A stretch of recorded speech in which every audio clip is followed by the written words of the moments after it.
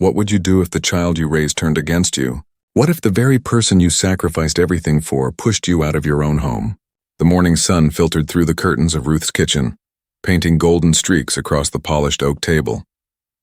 The peace of the moment shattered when Daniel slammed a thick envelope down with a force that made the coffee cups rattle. The paper scattered like dry leaves in a storm. "Pack your things, old woman. This house belongs to me now." Ruth's hands trembled as she reached for the documents. Her vision blurred not from age but from the shock of betrayal. At 70 she had faced hardship, loneliness, and poverty, but nothing compared to this moment. The kitchen clock ticked louder than her own heartbeat. She steadied herself against the counter, her palms pressed flat against the cool marble. "I don't understand," Ruth whispered. Her voice was fragile but carried decades of love and sacrifice. "This is my home, Daniel. I've lived here since before you could tie your own shoes." Before Daniel could answer, a sharp voice cut in. Claire, his wife, stood nearby with her arms crossed, her chin tilted upward in icy triumph. Her hair was perfectly styled, her clothes flawless, the kind of elegance that screamed money and status. "Actually, it isn't," Claire said. Her words sliced through the room like a blade. "The deed clearly shows that Daniel inherited this house from his mother. You're just a tenant who overstayed her welcome." Ruth's breath caught. She had raised Daniel from the age of 8. After tragedy took his birth mother, she remembered his first day of school, his awkward teenage years, his proud walk across the graduation stage. She remembered the day he said "Mom" for the first time, though no blood tied them. Every memory weighed heavy now as Claire's words hit harder than any physical strike. "You're not even real family," Claire continued coldly. "Daniel has been supporting you for long enough. Blood matters." The words landed like stones on Ruth's chest. She had spent decades working as a janitor, scrubbing floors long after midnight just to pay for Daniel's education and keep a roof over his head. She had skipped meals to make sure he had enough. And now, he stood beside a woman who dismissed her very existence. Daniel shifted uncomfortably. For the briefest moment, guilt flickered across his face, but Claire's grip on his arm was firm, anchoring him to her side. "I understand," Ruth said quietly. Her dignity refused to break, even as her world collapsed around her. "I'll be gone by Friday." Daniel's lips parted as if to speak, but Claire interrupted, her tone sharp as glass. 3 decades of free housing. That's more than most people ever get. She's had enough. Ruth nodded, though her heart screamed otherwise. She had raised Daniel to be better, to value kindness and family above all else. But people change. Sometimes they forget the roots that held them upright. The neighbors had whispered for months now. Ruth heard them as she walked to the bus stop each morning in her plain uniform, her shoes worn but polished. They said she was a burden. They said Daniel was too generous. They said elderly people needed to know when to step aside. She listened but never answered. She let them believe the story they wanted. They had no idea about the phone calls she ended abruptly whenever someone walked into the room. They didn't know about the envelopes marked "confidential" that she tucked away before curious eyes could catch them. They didn't notice the jewelry box on her windowsill that caught the sun, dismissed as costume trinkets by those who didn't know how to tell real diamonds from cheap glass. "I'll need a few days," Ruth said. Her voice steady, though her heart felt like it was cracking open. 3 days, Daniel said flatly. "The locks will be changed by Monday." As she turned away, her dignity wrapped around her like a cloak. She would not beg. She would not plead. But inside, something old and fierce began to stir, because Ruth carried a secret Daniel and Claire could never imagine. Would she truly walk away with nothing after a lifetime of sacrifice? Or was this betrayal the spark that would awaken the truth she had hidden for decades? Friday morning came with a warmth that felt almost mocking. Ruth stood at the doorway of the home she had lived in for 30 years, a single suitcase by her side. Everything she owned, everything visible at least, had been reduced to 40 pounds of fabric and memories. The neighborhood gathered like silent spectators at a play. Some pretended to water their lawns, others openly stared. Mrs. Lee from across the street shook her head with pity. "Poor woman. At her age, where will she go?" Mr. Alvarez replied from his porch, his tone pragmatic. "Daniel is doing the right thing. Young people need space to live their own lives. She's had her time." Every word reached Ruth's ears, stinging more than she let on. She walked the same sidewalk where she had once taught Daniel to ride a bike, her steady hands guiding him until he found his balance. She remembered standing here years later, cheering at his football games, her voice the loudest in the crowd. Now those same neighbors who once applauded her sacrifices dismissed her as useless. Daniel appeared with his phone raised, recording her departure. His voice carried just enough for her to hear, for legal protection in case she tries to come back. Claire stood beside him, her smile sharp, her posture victorious. Ruth tightened her grip on the suitcase handle. Memories flooded her mind. His graduation, his wedding, every moment when she gave him more than she had for herself. Her voice, low but steady, cut through the air. I taught you better than this, Daniel. He looked away, shifting his weight like a man trapped between shame and pride. Things change. People have to take care of themselves. The bus pulled up with a hiss of brakes, its doors opening like a final verdict. Ruth climbed aboard, her suitcase bumping against each step. From the back seat, she watched the neighborhood shrink into the distance. The bus driver, a man with kind eyes, caught her gaze in the mirror. You okay, ma'am? I'm fine, Ruth answered, and to her surprise, she meant it. Something inside her had shifted during those 3 days of packing. A quiet strength buried under decades of sacrifice stirred awake. The city skyline rose as the bus rumbled toward downtown. Towering buildings gleamed in the sun, filled with people who made decisions about fortunes as if they were crumbs on a table. None of them knew that a woman riding the bus carried more wealth in her hidden accounts than most of them would ever touch. Her phone buzzed. A message from Pastor Michael at St. Luke's Church. Your room is ready. God provides. Ruth smiled faintly. The pastor meant well, but she knew a truth even he could not guess. God had been providing all along, just very quietly. The church basement was dim, lit by fluorescent bulbs that flickered like tired stars. The smell of disinfectant and overcooked stew filled the air. Rows of folding cots stretched across the floor, each one claimed by someone who had nowhere else to go. Ruth's suitcase wheels rattled over the concrete as she followed Janet, the shelter coordinator, to cot number 16. Bathrooms down the hall, Janet said slowly, as though Ruth might not understand. Dinner's at 6, lights out at 10. We expect everyone to respect the rules. Ruth nodded. She had heard that tone before, the one people used when they spoke to the elderly, assuming fragility and confusion. She said nothing. At the next cot, a younger woman watched her with curious eyes. First time? She asked. Yes, Ruth replied simply. You'll get used to it, the woman said. I'm Anna, been here 6 months since my boyfriend kicked me out. Her smile was tired, her voice carrying a weight far beyond her 30 years. Ruth folded her clothes with careful precision, placing them in the narrow locker beside her cot. She had spent a lifetime making do with little. Survival was not new to her. What was new was the role she played now, the frail old woman stripped of dignity in the eyes of strangers. But behind that mask of helplessness, Ruth's true story waited. A story even Daniel and Claire could not imagine. Would anyone here ever realize the woman quietly unpacking her belongings was worth more than the entire shelter combined? Would anyone guess that behind her silence was a fortune carefully built, piece by piece, while the world overlooked her?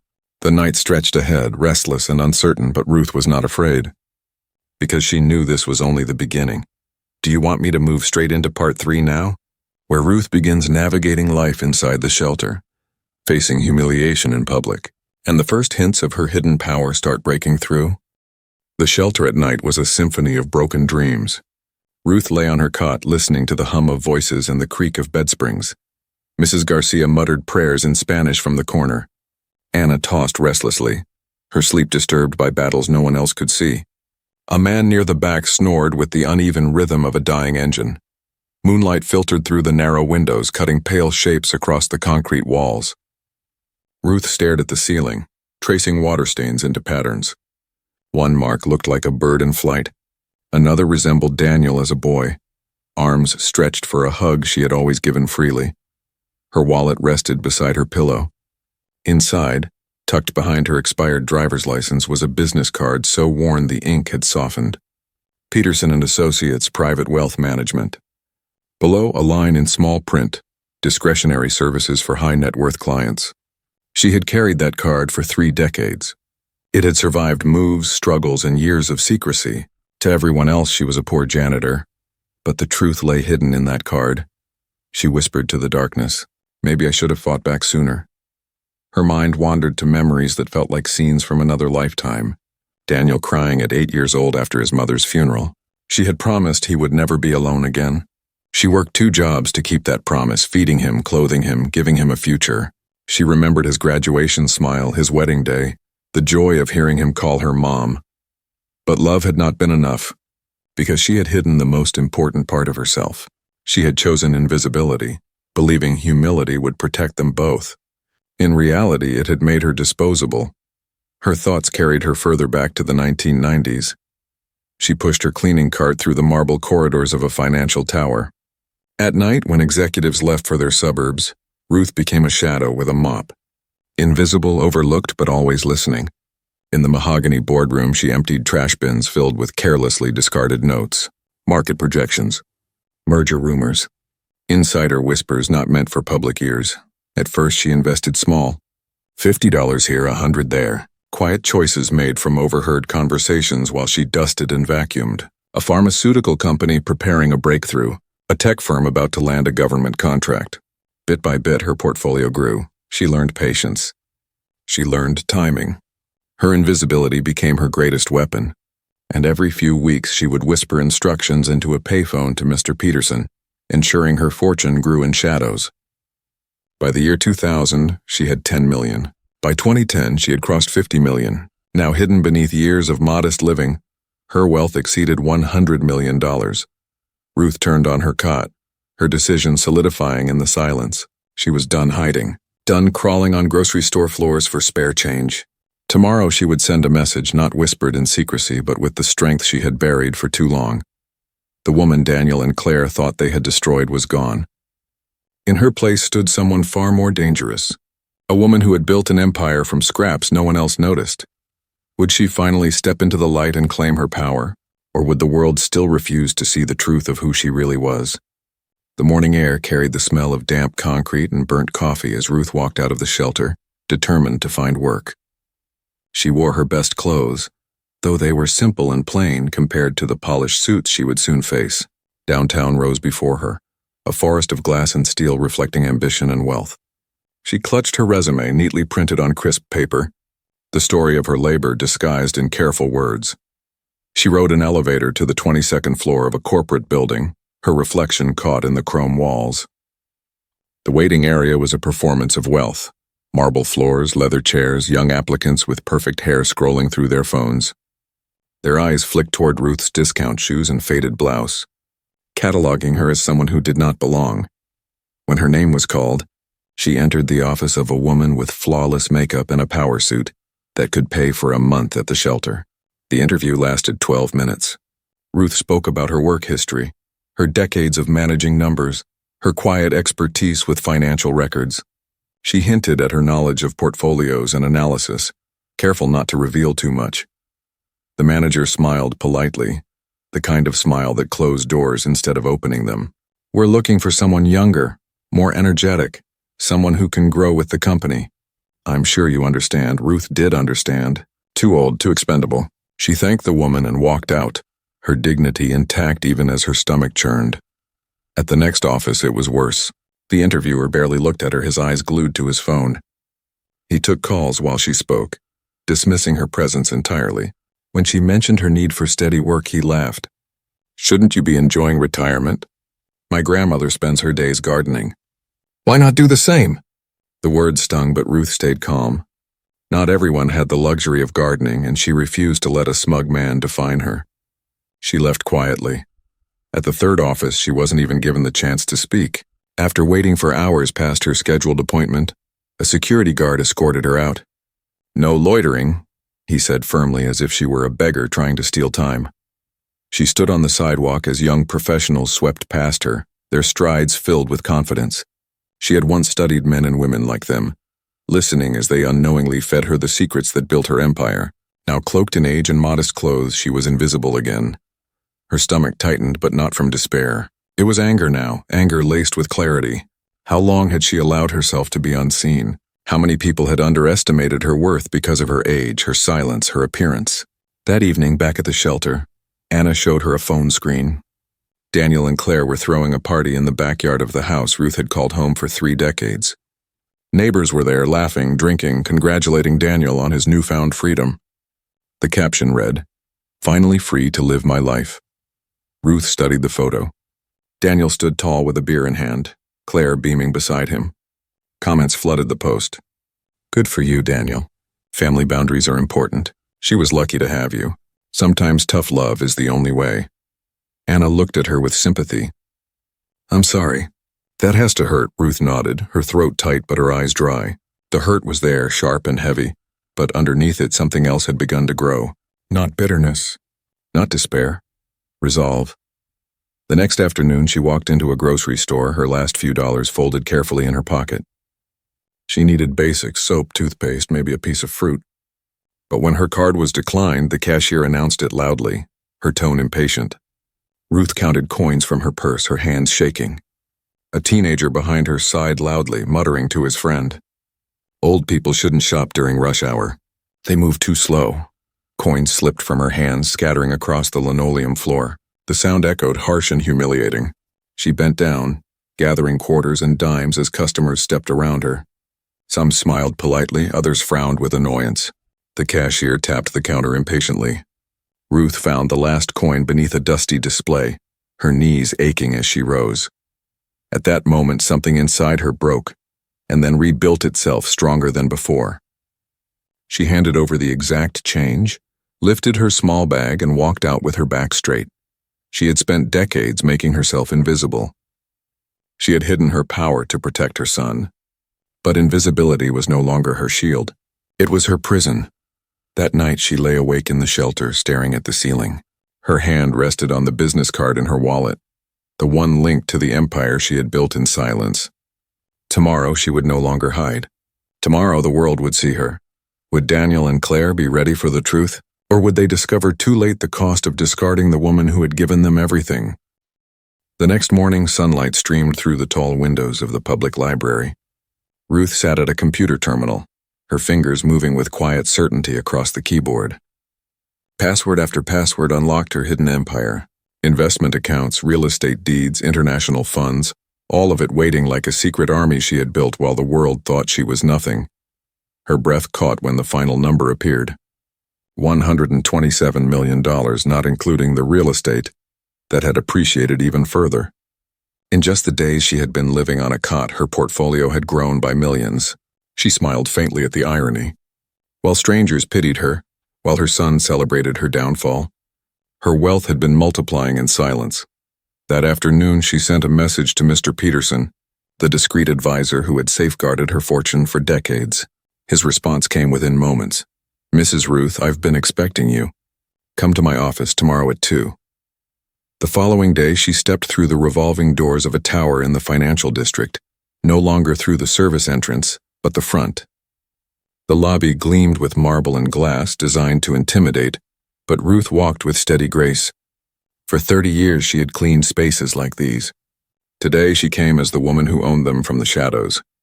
James Morrison, her attorney, listened carefully as she explained her decision. His polished pen paused over the paper when she said the words, "I want complete disinheritance of Daniel and Claire. They will not touch a cent of my estate." He studied her, unsure at first if he had heard correctly. But when she handed over documentation verifying her assets, the truth could not be denied. The lawyer who had seen fortunes rise and fall blinked in disbelief at the numbers. "Are you certain?" he asked finally. "This is a legacy most families would fight to protect." Ruth's voice carried no hesitation. "I am certain, but I will give them one chance to face what they have done." That evening she sent Daniel a message. "Meet me at the house tonight.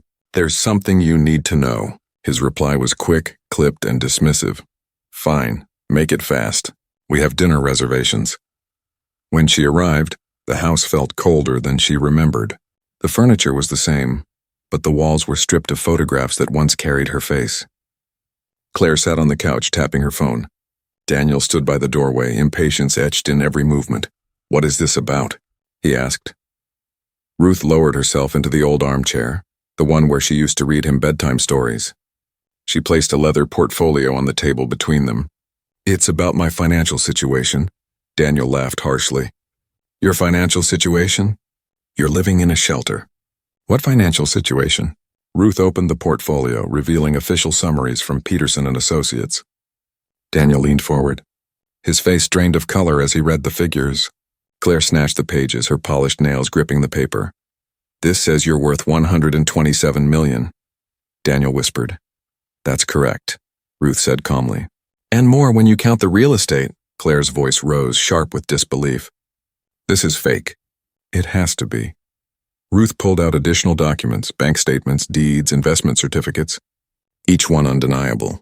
I earned every penny through patience, wisdom, and listening when others thought I was invisible.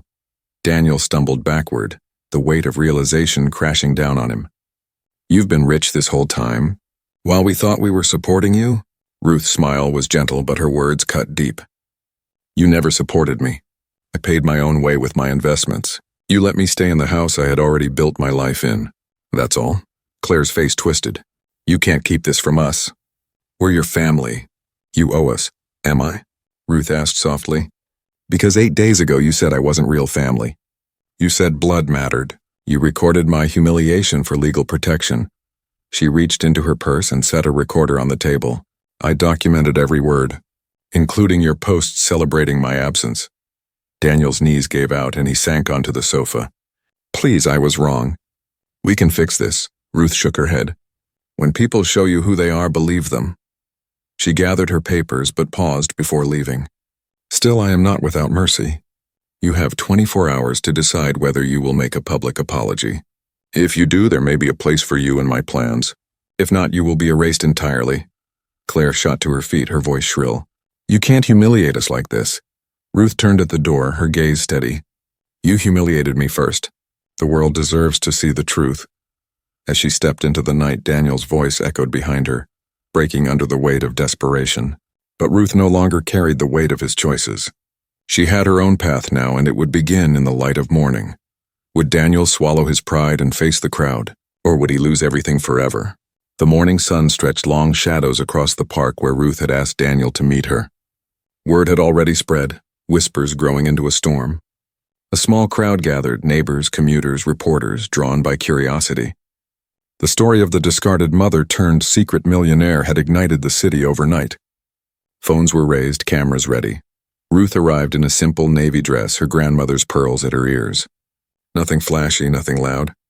True power, she knew, whispered instead of shouted. Daniel stood near the fountain, pale and unsteady, his suit doing little to hide the fear in his posture. Claire was nowhere to be seen. She had fled in the night, leaving only silence and a lawyer's card on the kitchen table. You came, Ruth said softly. Daniel swallowed, his voice a shadow of the authority he once wielded. I had to. I can't lose you. I can't lose everything. Then show me, Ruth said, her eyes flicking toward the crowd. Do it now. Daniel's hands trembled as he stepped forward. The murmur of voices fell to silence. Dozens of eyes pressed against him, waiting. His throat tightened, but he spoke. My name is Daniel, and 8 days ago I evicted the woman who raised me from her home. I told her she wasn't real family. I mocked her. I humiliated her. His voice cracked, but he pushed on. I was wrong. This woman gave me everything, her love, her labor, her sacrifices. And I repaid her with cruelty. Gasps rippled through the crowd. A woman near the front shook her head in disbelief. How could you do that to your mother? Daniel looked at Ruth, his eyes wet. Because I thought she was poor. Because I believed appearances. Because I let myself forget that love matters more than blood, more than money. And now I beg her for forgiveness I don't deserve. Ruth felt the weight of decades pressing on her heart. The boy she once held. The man who had betrayed her. The son now humbled before her. She opened her arms and Daniel collapsed against her chest. I forgive you, she whispered, her voice carrying clear across the park. You are still my son. The crowd erupted in applause, tears glistening in strangers' eyes. But Ruth was not finished. She stepped forward, her voice strong, her gaze sweeping across the gathering. For 8 days I lived in a shelter. I was dismissed by employers, ignored by strangers, and condescended to by those who assumed my worth based on my appearance. Yet through it all I was the same woman. Wealthy or poor, strong or tired, visible or invisible. My dignity never changed. only how people treated me did. A hush fell deeper than before. Even the reporters lowered their pens to listen. Ruth continued, her voice steady, every word a stone laid into the foundation of something greater. I hid my wealth for 30 years. Others hide their poverty, their pain, their brilliance. We all wear masks. But behind those masks, every human being carries invisible strength. She reached into her purse and unfolded a prepared statement. Today I announce the creation of the Invisible Strength Foundation. $50 million dedicated to elder care, homeless services, and financial education. Because no one deserves to be discarded. Not for their age, not for their circumstances, not for the illusions others cling to. The park erupted again, this time in cheers. Reporters rushed forward, shouting questions. Phones lit up with live streams. Hashtags bloomed across social media. Ruth turned back to Daniel. You will serve this foundation, not as heir, but as worker. You will earn what you once demanded through service to those you once judged. For the first time in days, Daniel's eyes carried something more than fear, purpose. He nodded, his voice breaking but resolute. I will. I'll prove myself. Months later, Ruth stood in a corner office high above the city, the same tower where she once pushed a cleaning cart in silence. Through the windows, Lake Michigan glittered like a mirror of possibility. Around her, the foundation buzzed with life, calls connecting seniors to housing, classes teaching financial literacy, volunteers building hope where none had existed. On her desk sat awards, but the one she treasured most was a handmade card from the shelter residents thanking her for giving them dignity again. Daniel entered the office, his once soft hands now marked with calluses from months of work. He no longer wore polished suits but clothes suited for service. His pride had been replaced with humility, his arrogance with gratitude. The afternoon volunteers are here, he said, and Mrs. Garcia wants to thank you personally for the apartment you helped her secure. Ruth smiled, remembering the woman's whispered advice in the shelter. Survive until something better comes. Now Mrs. Garcia was thriving and helping others do the same. Ruth picked up her briefcase, ready for another visit to the shelter. She still went every Friday, not as a resident, but as a reminder. She sat in the same plastic chair where she once counted coins and decided to stop hiding. Every new arrival had a story. Every soul carried strength. Her work was to help them see it. As she stepped into the elevator, she reflected on the journey from invisibility to power. For 30 years she had hidden her light, believing safety lay in shadows. But now she knew light was meant to illuminate, to guide, to reveal. The elevator doors opened into a lobby she once entered as an invisible woman. Today the guards greeted her with respect. Outside, the city pulsed with energy, millions of hidden stories walking side by side. Ruth knew hers was only one among them, but it carried a message too important to silence. Never judge worth by appearances. Never assume weakness where you cannot see the strength. Every person carries a story that could change the world if only someone would listen. And Ruth was determined that the world would never again look past her, or anyone like her.